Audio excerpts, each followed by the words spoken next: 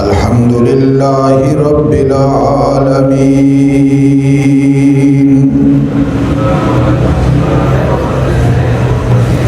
والعاقبۃ للمتقین والصلاة والسلام علی سید الرسل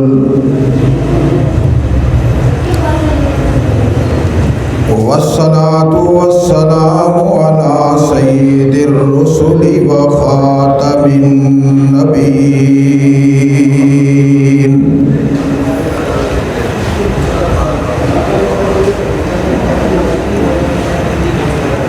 وعلى آلہ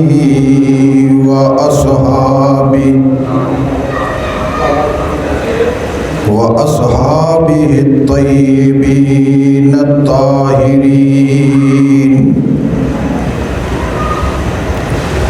لا سیما علی الخلفاء الراشدین المہدیین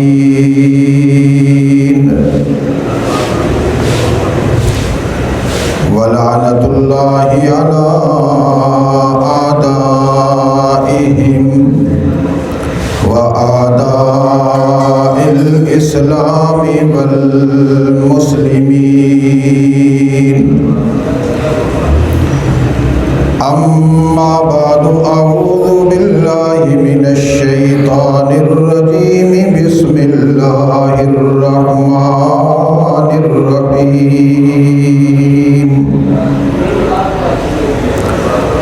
هو الذي بعث في الأميين رسولا منهم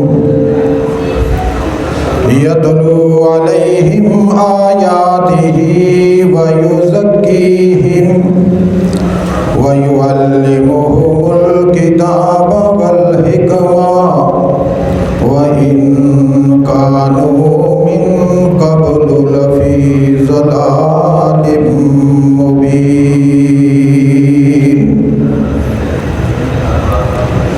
قال الله تبارك وتعالى في مقام آخر لقد كان لكم في رسول الله أسوة حسنة صدق الله العظيم اللهم صل على سيدنا ومولانا محمد وعلى آل سيدنا ومولانا محمد وبارك وسلم وصل عليه صلاة دائما أبدا أبدا على حبيبك خير الخلق كلهم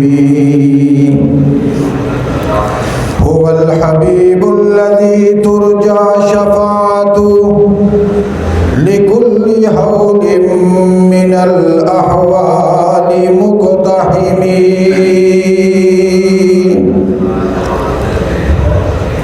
تلاوت کردہ قرآن حکیم کا وہ جامع اور مختصر حصہ جس کی اساس پر امام الانبیاء سرور کونین صلی اللہ علیہ وسلم کی حیات طیبہ کے حسین پہلو تربیت، اصلاح اور علم کی غرض سے تدریجاً ہر جمعہ میں تسلسل کے ساتھ بیان کیے جاتے ہیں۔ اسی عنوان کے تسلسل کے تناظر میں اللہ کے رسول صلی اللہ علیہ وسلم کی ہوئی وصیت جو حضرت انس رضی اللہ تعالی عنہ کی والدہ کو کی تھی، اس کا تیسرا حصہ اللہ کے ذکر کے حوالہ سے چل رہا تھا، اور اسی عنوان کے ضمن میں گزشتہ جمعہ میں نے نفس کے حوالہ سے گفتگو کی تھی کہ اللہ نے ہمیں نفس میں ذکر کرنے کا حکم دیا، اور نفس ہے کیا؟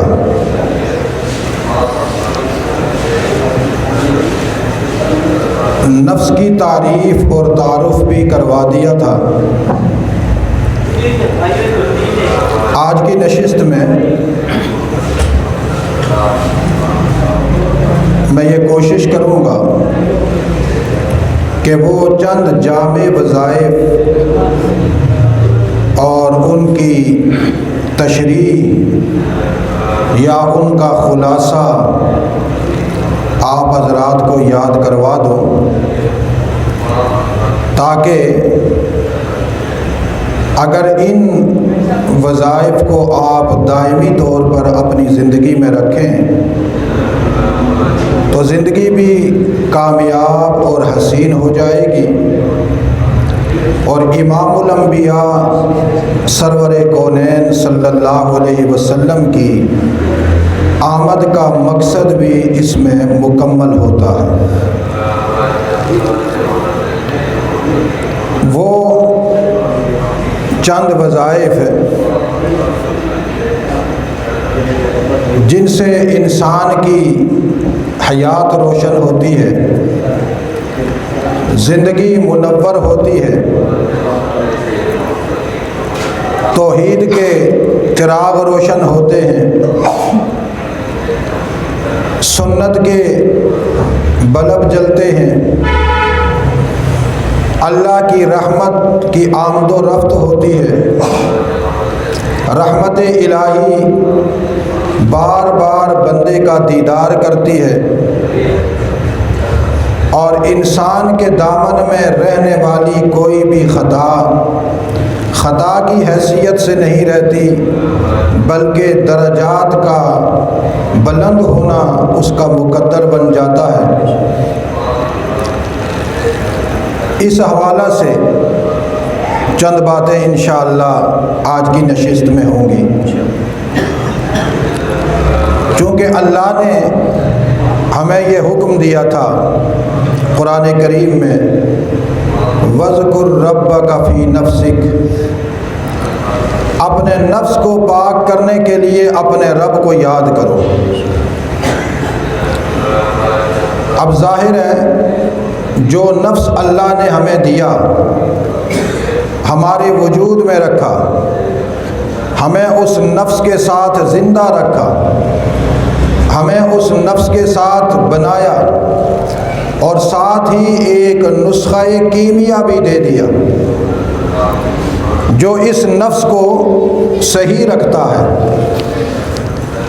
اور اس کی صحت کا خیال رکھتا ہے، اسے بیمار نہیں ہونے دیتا، اسے کمزور نہیں ہونے دیتا، اسے آوارہ نہیں ہونے دیتا، اسے بازاری نہیں ہونے دیتا، اسے اپنے دائرہ میں پابند رکھتا ہے، اسے آزاد نہیں ہونے دیتا، رب کا غلام بنا کر رکھتا ہے۔ اس نسخے میں پہلا نسخہ ہے لا الہ الا اللہ کا، اور آپ کو کئی مرتبہ میں نے اس کا تذکرہ بھی کیا، اس کے فضائل بھی آپ کو معلوم ہیں۔ میں یہاں اس کی فضیلت اور فضائل کا تذکرہ نہیں کروں گا، بلکہ میں اس کی بنیاد کی نشاندہی کروں گا کہ یہ جو کلمہ ہے لا الہ الا اللہ، اس کی حقیقت کیا ہے۔ ایک تو ہے کہ اس کا ترجمہ لا کوئی نہیں، الہ معبود الا اللہ سوائے اللہ کے، ہر طرح کی عبادت اللہ کے لیے ہے، اللہ کے علاوہ کسی کی کوئی عبادت نہیں کی جائے گی۔ یہ اقرار ہے بندے کا اور اللہ کا، اور اسی اقرار سے آدمی مسلمان بنتا ہے، اسی اقرار سے انسان مومن بنتا ہے۔ اسی لیے سرکار دو عالم سرور کونین صلی اللہ علیہ وسلم نے ارشاد فرمایا، من قال لا الہ الا اللہ صدقا من قلبہ، کہ جس نے لا الہ الا اللہ پڑھا سچے دل سے، یہ نہیں کہا کہ بلسانہ ہی زبان سے پڑھا، نہ، صدقاً من قلبہ، اپنے دل میں سچائی رکھ کر پھر لا الہ الا اللہ پڑھا، دخل الجنہ، اللہ کا اس سے وعدہ ہے کہ یہ سرٹیفکیٹ اپنے پاس رکھے، جنت کے دروازے پہ پہنچے گا، جنت کے دربان کو دکھلائے گا، سیدھا جنت میں چلا جائے گا۔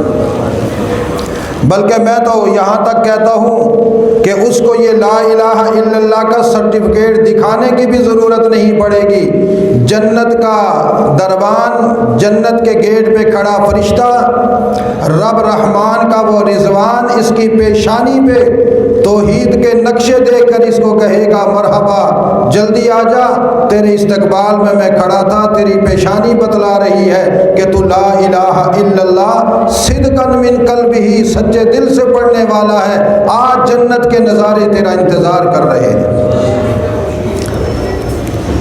لیکن یاد رکھیے گا کہ یہ لا الہ الا اللہ ہے کیا؟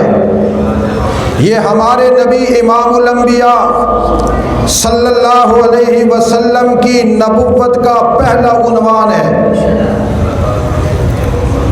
آج 12 ربیع الاول ہے، ہر طرف خوشی کا سماں ہے، لوگ جشن منا رہے ہیں، کوئی عید کے نام پر، کوئی میلاد کے نام پر جھنڈیاں لگائی جا رہی ہیں، کیک آرڈر ہو گئے، جمعے کے بعد کٹنے شروع ہو جائیں گے، انداز لوگوں کے جیسی عقل ویسا فیصلہ۔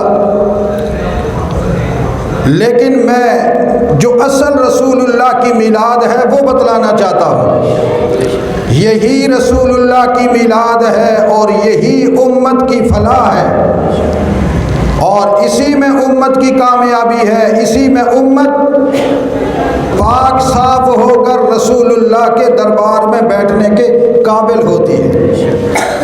اللہ نے اپنے نبی سے کہا، میرے محبوب، میں نے ختم نبوت کا تاج آپ کو پہنا دیا، امامت و رسالت کا تاج پہنا دیا، اب اٹھو، کھڑے ہو جاؤ، اب یہ وقت انقلاب کا ہے، یہ وقت تبدیلی کا ہے، یہ وقت عنوان لے کر میدان میں اترنے کا ہے، یہ وقت قوم کی زندگی بدلنے کا ہے، کھڑے ہو جاؤ۔ امام الانبیاء نے فرمایا، اللہ کہاں جاؤں؟ کہا اٹھو، فاران کی چوٹی پہ چڑھو اور اہل مکہ کو بلاؤ اور انہیں پیغام دو کہ آج سے پہلے میں محمد ابن عبداللہ تھا، آج میں محمد الرسول اللہ بن گیا۔ آج سے پہلے تم مجھے کہتے تھے کہ عبداللہ کا بیٹا محمد ہے، ابن عبد المطلب ہے، عبد المطلب کا پوتا اور بیٹا ہے، قریشی ہے، صادق ہے، امین ہے۔ آج وہی عبداللہ کا بیٹا، عبد المطلب کا پوتا، وہی قریشی، وہی ہاشمی، وہی صادق، وہی امین، وہی مکے کا فخر اور ناز، وہی در یتیم، وہی چاند سا چمکتا چہرہ، وہی سورج کی شعاعیں جس کے حسن کا مقابلہ نہ کر سکے، وہی تمہیں بلا کر کہہ رہا ہے، مکہ والوں میں اللہ کا پیغام لے کر آیا ہوں، اللہ کا رسول بن کر آیا ہوں، اور رسول بننے کے ساتھ ساتھ اللہ کا پیغام تمہیں دے رہا ہوں کہ اب تمہاری زبان پر صرف یہی کلمہ ہونا چاہیے، لا الہ الا اللہ۔ اب جب حضرت رسول اللہ نے یہ اپنی نبوت کا اعلان کیا، اور یاد رکھیے گا، اگر رسول اللہ لا الہ الا اللہ نہ پڑھتے، صرف کہتے انی رسول اللہ، تو کبھی بھی مکے کا کوئی قریشی آپ کا انکار نہ کرتا۔ نہ تو ابو جہل انکار کرتا، نہ ابو لہب انکار کرتا، نہ عتبہ کرتا، نہ عتیبہ کرتا، نہ شیبہ کرتا، نہ ولید بن مغیرہ کرتا، نہ امیہ بن خلف کرتا۔ یہ جتنے اپنے اپنے قبیلوں کے بڑے سردار اور سردار مکہ، ابو جہل نہ کرتا، ابو لہب نہ کرتا۔ لیکن جب کہا لا الہ الا اللہ تو سب کی نظر پڑی وہ جو بیت اللہ میں ہم نے رکھے ہوئے ہیں ان کا کیا بنے گا، چونکہ وہ جانتے تھے لا الہ کا معنی کیا ہے۔ ایک نے دوسرے کو دیکھا، دوسرے نے تیسرے کو دیکھا، اس سادے کو امین کی بات مانے تو جو ہم نے بنا کر رکھے ہیں ان کا کیا بنے گا۔ یہ جو ہمارے خود ترشیدہ، خود ساختہ، یہ جن کے بنانے والے ہم ہیں تو یہ ہمارے معبود، لیکن ان کے خالق ہم ہیں۔ ہم نے خود تخلیق کی اپنے ہاتھوں سے، تراش کر، بیدان استعمال کر کے، ہتھوڑا استعمال کر کے، ان کے اوپر سنبا استعمال کر کے، کھمبا استعمال کر کے، لمبا استعمال کر کے، تمبا استعمال کر کے ان کی ٹانگیں بنائی، ناک بنائے، آنکھیں بنائی، کان بنائی، شکلیں بنائی، عقلیں بنائی، نقلیں بنائی، پتہ نہیں کیا کیا بنایا، ان کا کیا بنے گا۔ پھر حضور نے فرمایا ایھا الناس قولوا لا الہ الا اللہ۔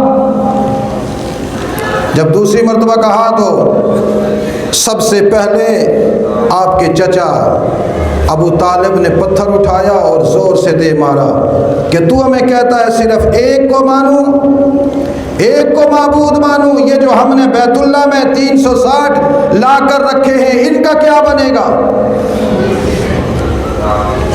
ان کا کیا بنے گا۔ بارش کا خدا الگ،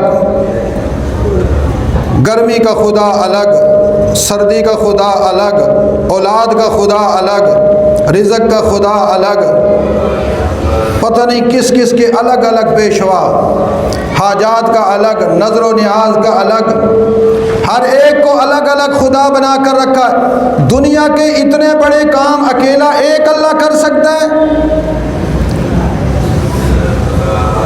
لہذا جھوٹ بولتے ہو۔ ہم تو غلطی پر تھے کہ تمہیں صادق و امین کہا، آج پتہ چلا کہ یہ ساری تمہاری ماضی کی اچھائیاں اس برائی کے پیچھے چھپی ہوئی تھی کہ تم ہمیں ایک اللہ کے سامنے لانا چاہتے ہو۔ حضور نے فرمایا تم پتھر مارو تب بھی، تم خوش ہو جاؤ تب بھی، میں اللہ کا پیغمبر ہوں، اللہ کا رسول ہوں۔ میں اگر بات کرتا محمد ابن عبداللہ کی حیثیت سے تو میں اپنا موقف بدل دیتا، میں بات کر رہا ہوں محمد الرسول اللہ کے عنوان سے۔ تم سارے مکہ والے پتھر مارنا شروع کر دو، میرا جسم لہو لہان کر دو، لیکن میری زبان سے یہی جملہ نکلے گا لا الہ الا اللہ۔ اس کائنات پر میں کسی باطل معبود کو نہیں رہنے دوں گا، اس کائنات پر اللہ کے مقابلے میں کوئی عبادت کا مستحق جسے تم سمجھتے ہو میں نہیں رہنے دوں گا۔ مشرکین اپنے اپنے ذام میں کہنے لگے اکیلا ہے، ایک ہے، کون مانے گا اس کی۔ رسول اللہ نے نگاہ اٹھائی، بیت اللہ کی طرف دیکھا، مشرکین نے بھی نگاہ اٹھائی تھی تو بیت اللہ کی طرف دیکھا، ہمارے 360 ہیں۔ رسول اللہ نے بھی نگاہ اٹھائی، بیت اللہ کی طرف دیکھا، کہا یہ جو تمہارے 360 ہیں ان کو ایک ایک کر کے میں اپنے نواسے علی بن ابی العاص کے ذریعے سے اپنے کندھے پہ اس کو بٹھا کر بیت اللہ کی چھت پر چڑھا کر میں ان کو نیچے گرا کر ان کے ٹکڑے ٹکڑے نہ کر دوں تو مجھے ابراہیم کا پوتا نہ کہنا۔ میرے دادا ابراہیم نے انہی باطل معبودوں کے ناک کاٹے تھے، میں اپنے دادا ابراہیم کا پوتا ہوں، وقت تو آنے دو میں ان کو بھی یہاں الٹا کر کے ان کی خدائی کے نقشے مٹاؤں گا۔ کیوں؟ اس لیے کہ میں اللہ کا رسول ہوں۔ اور پھر ایک وقت آیا، اللہ کے رسول صلی اللہ علیہ وسلم فتح مکہ میں آئے اور آ کر ایک ایک اس باطل معبود کو وہاں سے گرایا، نیچے گرایا، توڑا۔ آج کے مسلمان کسی مسلمان لیڈر سے کوئی معاملہ ایسا ہو کہ وہ معبودان باطلہ کو توڑیں تو مسلمانوں کی تنظیمیں ان کے خلاف احتجاج کرتی ہیں کہ یہ آثار قدیمہ کے نشانات ہیں، آثار قدیمہ ہیں، یہ پرانے نشانات ہیں، ان کو بحفاظت اٹھا کر فلاں کو دے دینا چاہیے تھا، فلاں کو دے دینا چاہیے تھا۔ لیکن جو غلامان رسول تھے، غلامان ابراہیم تھے، انہوں نے کہا یہ معبودان باطلہ ہیں، ان کو توڑنا ہی عبادت ہے، فروخت کرنا عبادت نہیں۔ ہم بت فروش نہیں، بت شکن ہیں۔ اور یاد رکھیے گا امام الانبیاء سرور کونین صلی اللہ علیہ وسلم بت شکن بن کر آئے۔ اس کلمے کی روح میں اللہ نے یہ بنیاد رکھی ہے کہ لا الہ الا اللہ، اس کائنات میں الہ کا عنوان صرف اللہ کے لیے چلے گا، اللہ کے علاوہ کسی کے لیے نہیں چل سکتا۔ اور اگر میں الہ کا معنی کروں تو آپ پریشان ہو جائیں گے۔ اس لفظ الہ کا معنی معبود کرو تو لوگ نہیں اتنا پریشان ہوتے۔ جب ہم کہیں عبادت کیا ہے، عبادت کیا ہے، تو پھر عبادت کی جب تشریح کرو تو پھر موجودہ دور کے مسلمان ناراض ہو جاتے ہیں۔ کیوں؟ اس لیے کہ پھر ان کے فکر پر، ان کے نظریے پر ضرب لگتی ہے۔ یاد رکھیے گا کہ الہ کا معنی ہے معبود، جس کی عبادت کی جائے، اور عبادت میں وہ تمام چیزیں شامل ہیں جس میں رب کی رضا مقصود ہوتی ہے۔ صرف نماز پڑھنا عبادت نہیں، صرف روزہ رکھنا عبادت نہیں، حج کرنا عبادت نہیں، تسبیحات پڑھنا صرف عبادت نہیں، عمرے کر لینا صرف عبادت نہیں، قرآن کی تلاوت کر لینا صرف عبادت نہیں۔ عبادت کا مرکز ہے سجدہ۔ بولو سارے بولو، عبادت کا مرکز کیا ہے؟ سجدہ۔ اللہ کہتے ہیں کہ میرا بندہ جھکے تو صرف میرے سامنے جھکے، میرا بندہ جب بھی جھکے تو میرے سامنے جھکے، اس پیشانی پہ وہ داغ شرک لگا کر میرے سامنے نہ آئے، میرے سامنے آئے تو اس کی پیشانی پہ توحید کے نشانات۔ اس لیے حضور کی تقریر کا پہلا عنوان کیا ہے؟ پڑھیے، لا الہ الا اللہ، لا الہ الا اللہ، لا الہ الا اللہ، لا الہ الا اللہ۔ آج میلاد پاک ہے نبی پاک کی، سارے میلاد منانے والوں کو چاہیے کہ آپ آج نغمہ بلند کریں لا الہ کا۔ کیوں؟ اس لیے کہ میرے نبی کا منشور موٹو لا الہ الا اللہ ہے۔ جب لا الہ الا اللہ ابھرے گا، بلند ہوگا، اونچا ہوگا، اسے سرفرازی ملے گی، سربلندی ملے گی۔ جہاں جہاں لا الہ الا اللہ ہوتا رہے گا، ساتھ ہی ساتھ محمد الرسول اللہ بھی ہوگا۔ اللہ نے کہا، میں نے اپنے محبوب کو کہا تو لا الہ پہ محنت کر، میں تیرا نام محمد الرسول اللہ چمکاتا جاؤں گا۔ تجھے کہنے کی ضرورت نہیں پڑے گی اپنے نام کی، تو صرف کہہ لا الہ الا اللہ۔ جو تیرا امتی لا الہ الا اللہ پڑھ کر کلمہ میری طرف بھیجے گا، الیہ یصعد الکلم الطیب کے قانون کے تحت، جب تک اس کے ساتھ محمد الرسول اللہ نہیں آئے گا، میں لا الہ الا اللہ کو بھی قبول نہیں کروں گا۔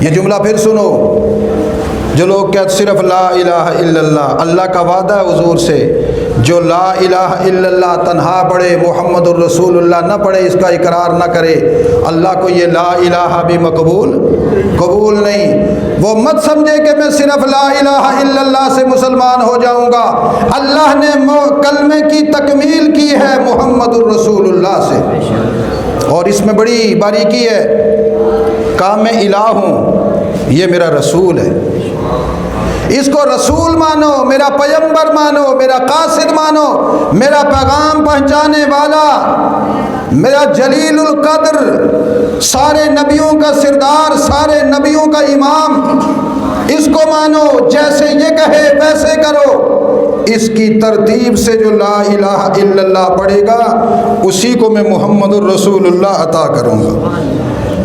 اسی لیے آپ نے دیکھا ہوگا کئی لوگ لا الہ الا اللہ والے آئے، محمد الرسول اللہ کا خیال نہ کیا، یا تو محمد الرسول اللہ کو چھوڑ ہی دیا، یا کہنے لگے محمد الرسول اللہ کرتے کرتے ہمیں وہ مقام مل گیا کہ ہم بھی نبی بن گئے۔ انہوں نے بھی حضور کی ترتیب پہ عمل نہ کیا، چونکہ محمد الرسول اللہ کا مطلب یہ ہے کہ حضور آخری نبی۔ بولو یہ جملہ، سارے بولو، حضور۔ کیوں کوئی ایسا بھی بیٹھا ہے کہ جو حضور کو آخری نبی نہیں مانتا؟ یا نیند آئی ہوئی ہے سب کو؟ اونچا بولو، حضور آخری نبی، آخری آخری آخری آخری، کوئی آپ کے بعد نبی نہیں آ سکتا۔ یہ تصور محال ہے، یہ تصور بھی کفر ہے۔ اور جو کہے کہ حضور کی پیروی کرتے کرتے ہمیں یہ مقام مل گیا کہ ہمیں بھی نبوت کا مقام مل گیا، وہ بزرگ ہے، ولی کامل ہے، شیخ کامل ہے، مرشد اعظم ہے۔ اس کا نام آپ کو چاند میں لکھا ہوا نظر آئے تو مان لو گے، آسمان پہ لکھا ہوا نظر آئے تو مان لو گے، ٹیلی ویژن پہ آ جائے تو مان لو گے، یوٹیوب پہ آ جائے تو مان لو گے، گورنمنٹ اعلان کر دے تو مان جاؤ گے، سعودی عرب سے اعلان ہو جائے تو مان جاؤ گے۔ کیوں؟ ہمارے نبی نے فرمایا انا خاتم النبیین لا نبی بعدی۔ پیغمبر میں نے تجھے کہا تو میری الہیت الوہیت بیان کر، لا الہ الا اللہ کا قانون عام کر۔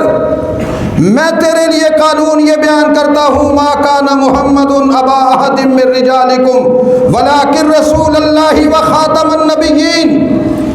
میں نے اعلان کر دیا تو آخری نبی آخری رسول ہے، لہذا تیرے بعد بھی نہ کوئی نبی آ سکتا ہے، نہ کوئی نبوت کے درجے کو پا سکتا ہے۔ جس نے بھی تیری اطاعت میں لا الہ الا اللہ کے نغمے بلند کیے، تیری سنت کو اپنایا، میں اس کو تیرے قدموں میں جگہ دے کر تیرا سچا امتی بنا دوں گا۔ لوگ کہتے ہیں حضرت کوئی ایسا وظیفہ بتائیں جس سے ہم ولی اللہ بن جائیں۔ کہتا ہوں خدا کرے معاف کرو، معاف کرو، تم یہ نہ کہو کہ ہم ولی اللہ بن جائیں، یہ دعا کیا کرو حضور کے قدموں میں جگہ نصیب ہو جائے، ہمیں حضور کے دربار میں ایک ایسے سچے امتی کا مقام مل جائے، کل قیامت والے دن حضور ہمارا ہاتھ پکڑ کر اللہ سے کہیں اللہ یہ میرا ہے، اللہ کو تعارف کروائیں یہ میرا ہے، اللہ مسکرا کر کہیں مجھے بھی پتا ہے تیرا ہے، اسی لیے تو تیرے قدموں سے اٹھایا ہے۔ حضور کے قدموں میں جگہ مانگو اللہ سے۔ اور کیسے ملے گی یہ؟ لا الہ پڑھو، لا الہ الا اللہ، کوئی معبود نہیں، کوئی مسجود نہیں، کوئی عالم الغیب نہیں، کوئی مشکل کشا نہیں، کوئی حاجت روا نہیں، کوئی رزق دینے والا نہیں، کوئی مختار کل نہیں، کوئی متصرف فی الامور نہیں، کوئی ہر جگہ موجود نہیں، کوئی عالم الغیب نہیں، کوئی نظر و نیاز کے لائق نہیں، کوئی سجدوں کے لائق نہیں۔ یہ ساری عبادتیں اللہ کے لیے ہیں۔ کس کے لیے ہیں؟ یہ ساری عبادتیں اللہ کے لیے ہیں۔ حضور فرما رہے لا الہ الا اللہ، یہ پڑھتے جاؤ پڑھتے جاؤ، کائنات میں سب سے اعلیٰ ذکر لا الہ الا اللہ ہے، افضل الذکر لا الہ الا اللہ۔ یا اللہ کے رسول آپ نے اس کو افضل ذکر کیوں قرار دیا؟ اللہ کے رسول فرماتے ہیں دیکھو نا، اس میں لا الہ الا اللہ، اللہ کی توحید ہے، اللہ کا تعارف ہے، اللہ کی تعریف ہے، اللہ کا مقام بلند ہو رہا ہے۔ دوسری طرف میں محمد کی نبوت کا پہلا اعلان ہے، دوسری طرف میں محمد کی نبوت کا پہلا اعلان ہے۔ یہ وہی کلمہ ہے نا جس پر میرا ماتھا زخمی ہوا، یہ وہی کلمہ ہے نا جس سے میرے رخسار زخمی ہوئے، یہ وہی کلمہ ہے نا جب طائف کے میدان میں نے پڑھا، لوگوں نے اتنے پتھر مارے، اتنے پتھر مارے کہ خون اتنا بہا، جسم تر بتر ہو گیا، حتیٰ کہ سیرت نگاروں نے لکھا آپ کی جوتی اور پاؤں کے درمیان خون جب جم گیا تو جوتی اتارنی مشکل ہو گئی۔ جبریل امین آسمان سے دوڑتے ہوئے آئے، اللہ کے محبوب کو ستایا جا رہا ہے، مارا جا رہا ہے، کہنے لگے یا اللہ کے رسول، یہ میرے پاس فرشتے ہیں جن کی ڈیوٹیاں لگی ہوئی ہیں، ذرا آپ اجازت دیجیے یا تو مکہ کے پہاڑ کو طائف کے پہاڑ کو ملا کر ان کی چٹنی بنا دی جائے۔ اللہ کے رسول نے آسمان کی طرف دیکھا اور فرمایا یا اللہ، میں تیرے کلمے کی وجہ سے مار کھا رہا ہوں، تیرا پیارا بندہ ہوں اور میں تجھ سے بھی پیار کرتا ہوں، اپنے محبوب کے نام پر مار کھاتے ہوئے مزہ آتا ہے، یہ سارے مٹ گئے، مجھے تیری توحید بیان کرنے کا مزہ کیسے آئے گا؟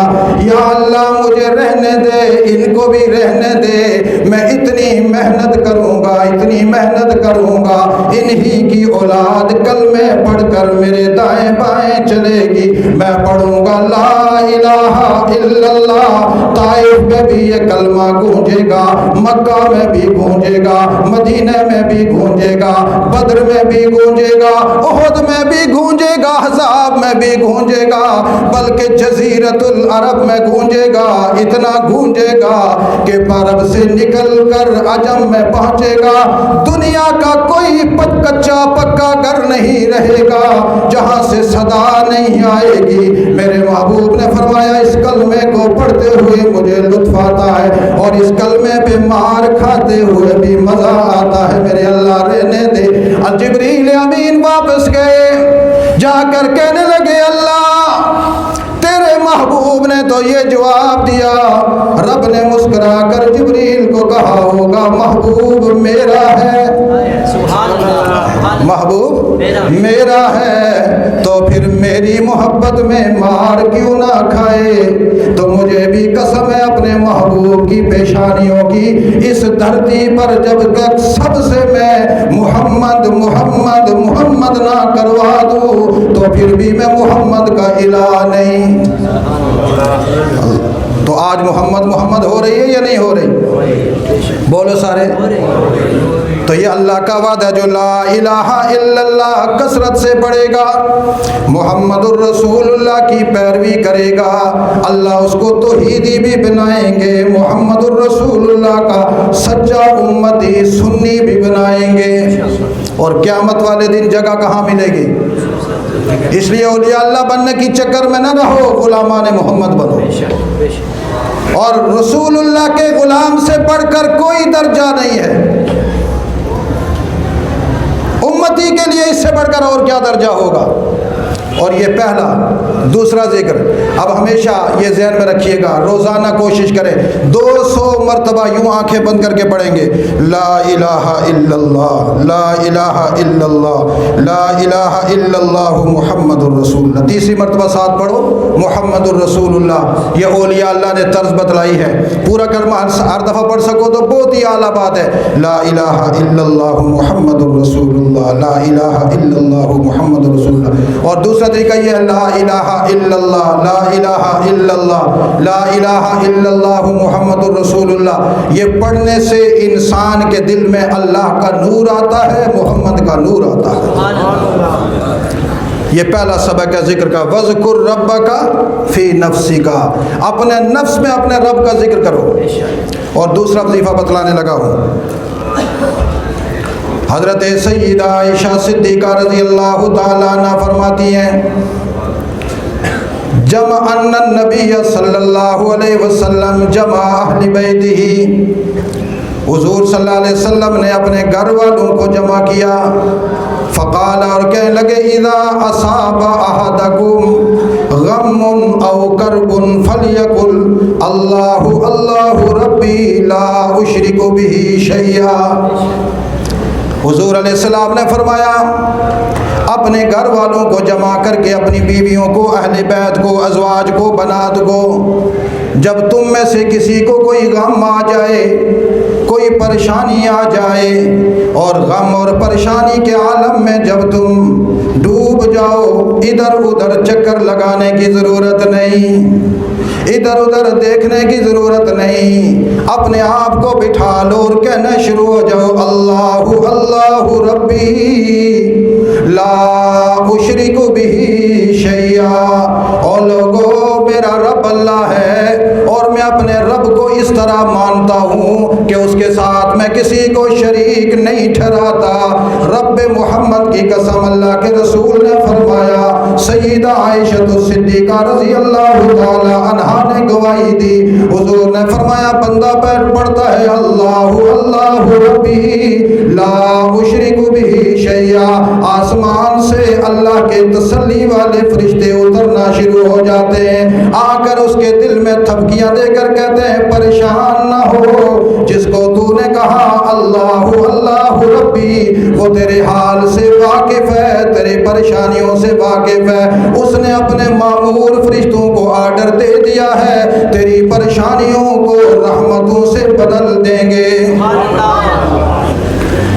لوگ جا کر دیگیں چڑھاتے ہیں، کہاں جی فلاں جگہ پر، حضور نے فرمایا دیگیں چڑھانے کی بھی کوئی ضرورت نہیں، پھول چادر چڑھانے کی کوئی ضرورت نہیں، آنکھیں بند کرو اور کہو اللہ اللہ ربی، پڑھو سارے اللہ اللہ ربی اللہ اللہ ربی۔ کسی فارسی والے نے کتنا پیارا ترجمہ کیا اس کا، اللہ اللہ ربی اللہ ہی پروردگار منست، اللہ ہی پروردگار منست، ومن چیز را شریک او نمی سازم، وہ میرا اتنا پیارا رب ہے، کائنات کے کسی حسن کے مالک کو، کائنات کی کسی بھی چیز کو، اعلیٰ ادنا کو، ذرے مرے کرے کو میں اس کے ساتھ شریک نہیں ٹھہراتا، وہ میرا تنہا رب ہے۔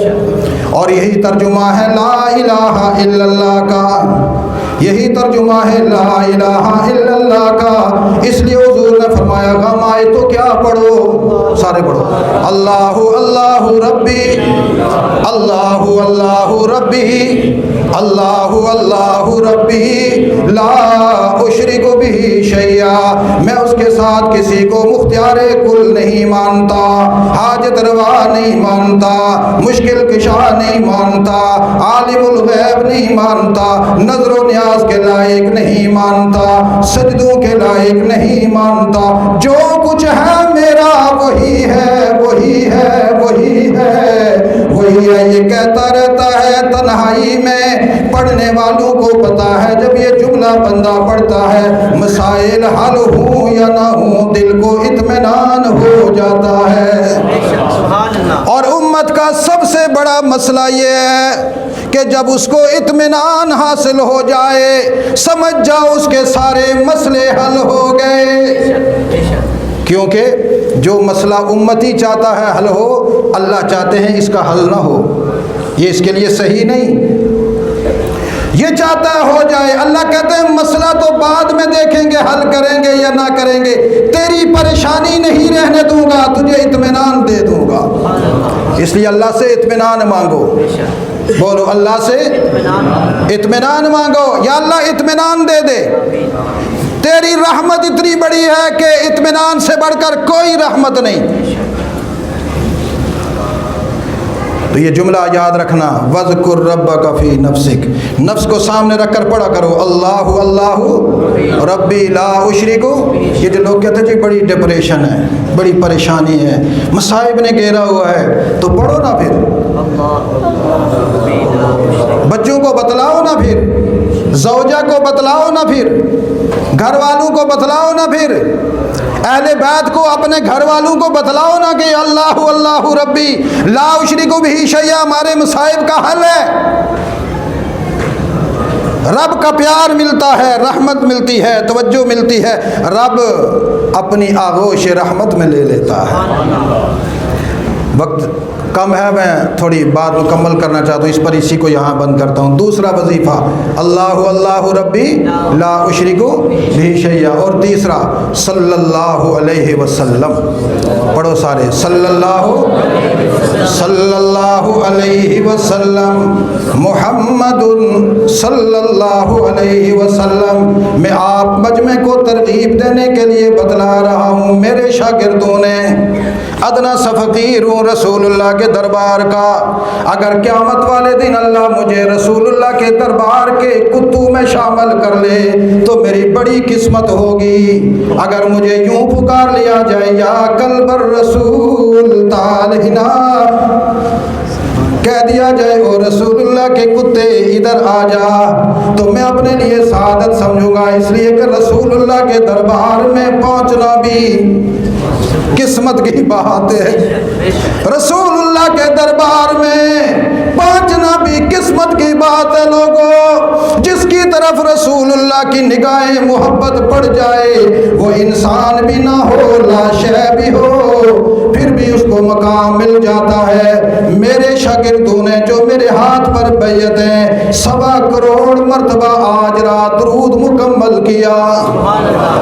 کیک کاٹنے والوں نے کیک کاٹے، جلوس نکالنے والوں نے جلوس نکالے، بجلی چوری کرنے والوں نے بجلیاں چوری کی، مجھے فخر ہے میرے شاگردوں نے پڑھا صلی اللہ علیہ وسلم۔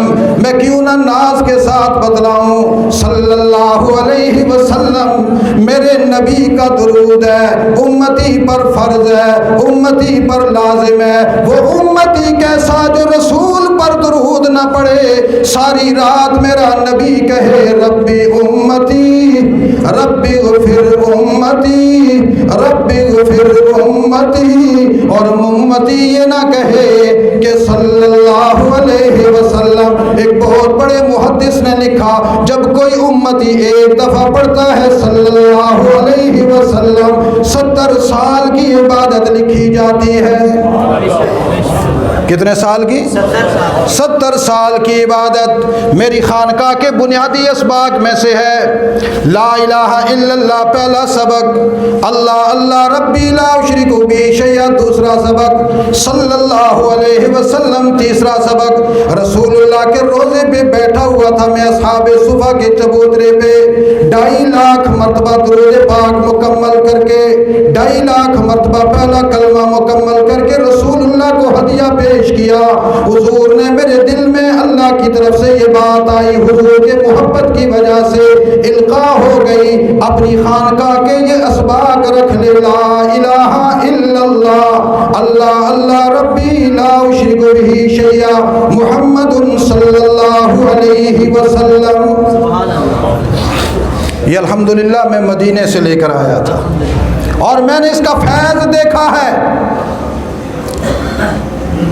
درود شریف یہ بھی ذکر ہے، پڑھو گے 200 دفعہ لا الہ الا اللہ، 200 دفعہ اللہ اللہ ربی لا اشرک بہ شیئا، 200 دفعہ صلی اللہ علیہ وسلم، صلی اللہ علیہ۔ اس کے بعد بندہ گناہگار ہے،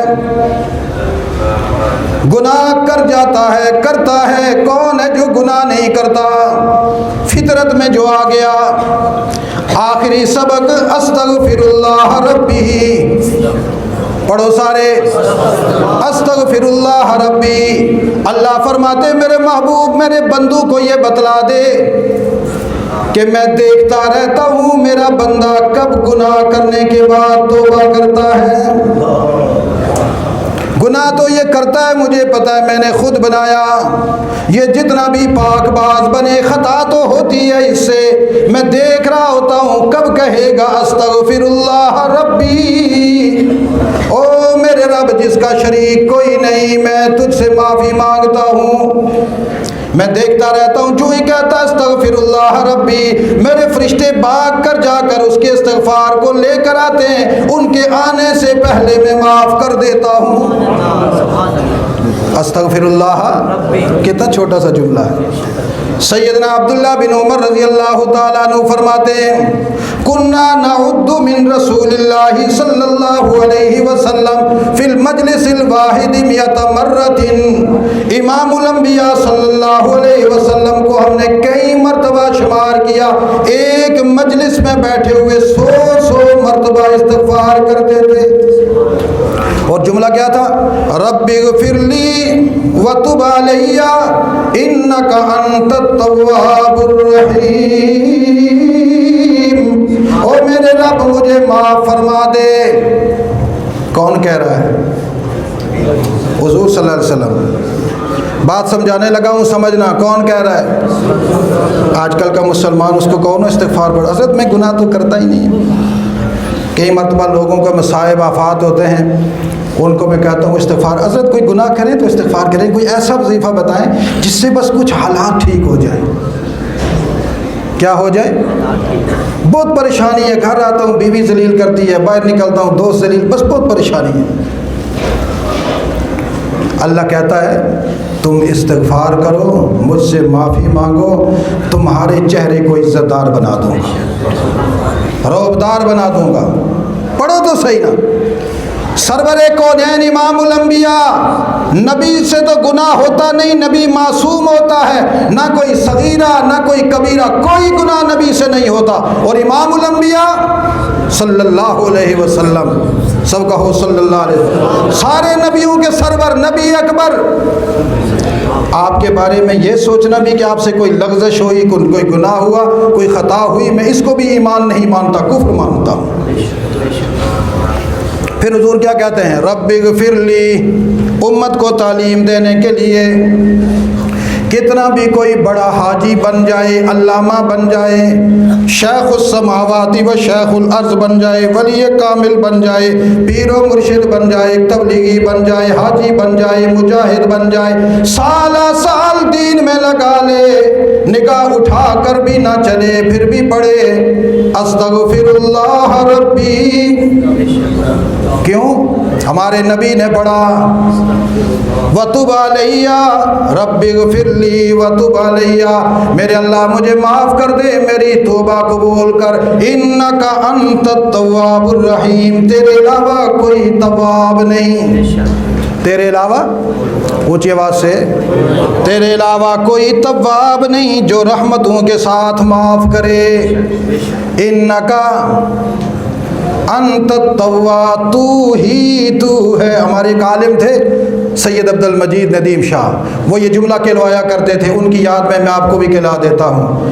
انتا کا ترجمہ کیا کرتے تھے، انکا انتا، حسر کی لذت محسوس ہوتی ہے، تو ہی تو ہے، پڑھو سارے، تو ہی تو ہے تواب، تو ہی تو ہے تواب، تو ہی تو ہے معاف کرنے والا، غضب سے نہیں، ناراض ہو کر نہیں، رحیم اپنی رحمت سے، تو رحمت کے ساتھ معاف کرنے والا ہے۔ تو پڑھنا چاہیے یا نہیں؟ امام اوزائی نے لکھا ہے، آخری بات کہہ کر بات ختم کرتا ہوں، امام اوزائی نے لکھا ہے کہ شیطان نے اپنے سارے چیلوں کو بلایا، ادھر آؤ، آ کر کہنے لگا لوگوں کو کیسے گمراہ کرتے ہو؟ کسی نے کہا میں یوں کرتا ہوں، کسی نے کہا میں یوں کرتا ہوں، کسی نے کہا میں یوں کرتا ہوں۔ ساری کارگزاری سننے کے بعد اس نے پوچھا اچھا یہ جو استغفار پڑھنے والا بندہ ہوتا ہے اس کو کیسے گمراہ کرتے ہو؟ شیطان کے سارے کارندوں نے، گماشتوں نے جواب دے دیا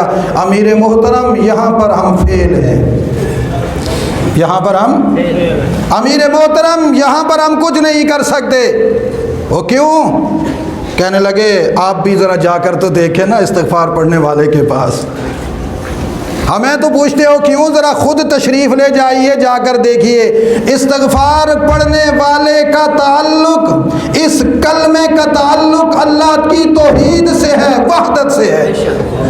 سارے حربے ہمارے چل جاتے ہیں، لیکن جس چیز کا تعلق اللہ کی توحید سے ہو وہاں پر ہمارا حربہ نہیں چلتا۔ اسی لیے میں دنیا کو کہا کرتا ہوں سب سے بڑا حصار ہے اللہ کی توحید۔ سب سے بڑا حصار کیا ہے؟ توحید۔ شیطان نے کہا اچھا یوں ہاتھ کروں، میں بھی تو پھر شیطان ہوں نا۔ یہ جیسے ہمارے کچھ لوگ ہوتے ہیں نا، کوئی ان کی آرزو پوری نہ ہو تو کوئی ان کو کہے بھائی، کہتے ہیں اچھا تو میں بھی تو پھر یوں نہ کروں تو اپنے باپ کا نہیں، تو یہ طریقہ شیطان کا ہے۔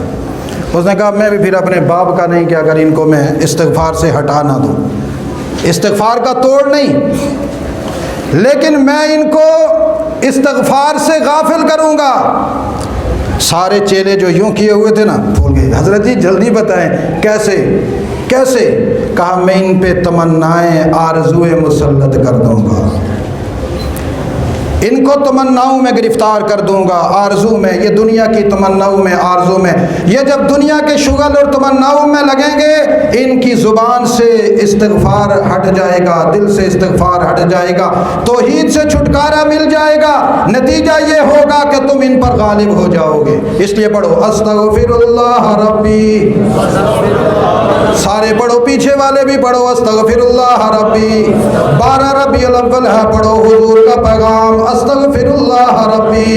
اے اللہ تو میرا رب ہے، تجھ سے معافی مانگتا ہوں، یا اللہ تو میرا رب ہے۔ میں نے پہلے جملے میں اقرار کیا تھا اللہ اللہ ربی لا اشرک بہ شیئا، اور اس سے پہلے جملے میں اقرار کیا تھا لا الہ الا اللہ۔ آج تجھ ہی سے معافی مانگتا ہوں، اس لیے کہ محمد الرسول اللہ صلی اللہ علیہ وسلم نے ہمیں یہ طریقہ بتلایا تھا۔ حضور کی پیروی میں تجھ سے معافی مانگ رہا ہوں۔ اللہ کہتے ہیں میں نے تجھے معاف بھی کیا، تجھے اپنا بندہ بھی بنا دیا۔ کائنات میں کوئی شیطان، کوئی ابلیس، کوئی اس کی ذریت کا چیڑا چوٹا تیرے قریب نہیں آ سکتا۔ استغفار پڑھنا تیرا کام ہے، پناہیں دینا میرا کام ہے۔ تو 4 سبق یاد رکھنا، کتنے؟ پہلا لا الہ، دوسرا اللہ اللہ ربی، تیسرا محمد صلی اللہ علیہ وسلم، اور چوتھا استغفر اللہ ربی استغفر اللہ ربی استغفر اللہ ربی، 200 مرتبہ کم از کم۔ اور جس کو زیادہ وقت ملے وہ صبح شام پڑھے، یہ پڑھ کر تو دیکھنا، پھر اللہ کی تجلیاں اور تسلیاں دیکھنا۔ اور ایک آخری نسخہ بتا دیتا ہوں، 1000 دفعہ جو روزانہ استغفار پڑھے گا اللہ اس کی جملہ مصائب پریشانیاں دور فرما دے گا۔ یہی ہے حضور کی آمد کا مقصد، یہی ہے حضور کی تبلیغ کا مقصد، یہی ہے 12 ربیع الاول کا مقصد۔ انشاءاللہ اس پر عمل کریں گے، سارے بولو، ہاتھ کھڑا کر کے بتاؤ۔ اور اسی نسبت سے انشاءاللہ آج رات ہمارے ہاں سیرت امام الانبیاء کانفرنس منعقد ہوگی، حضور کا خوب تذکرہ ہوگا، نعت خوان آئیں گے، ملک کے پاکستان کے نہیں عالمی دنیا کے عظیم مبلغ آئیں گے انشاءاللہ۔ میری کوشش ہوتی ہے میں دنیا بھر کے بڑے علماء کو یہاں بلاؤں، آپ کا ان کو اور ان کو آپ کا دیدار کرواؤں۔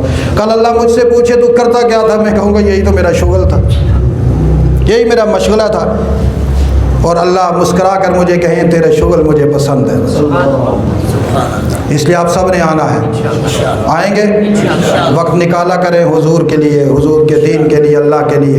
قیامت والے دن بڑا مشکل ہو جائے گا، اللہ ہمیں عمل کی توفیق نصیب فرمائے۔ لقد يسرنا القرآن للذكر فهل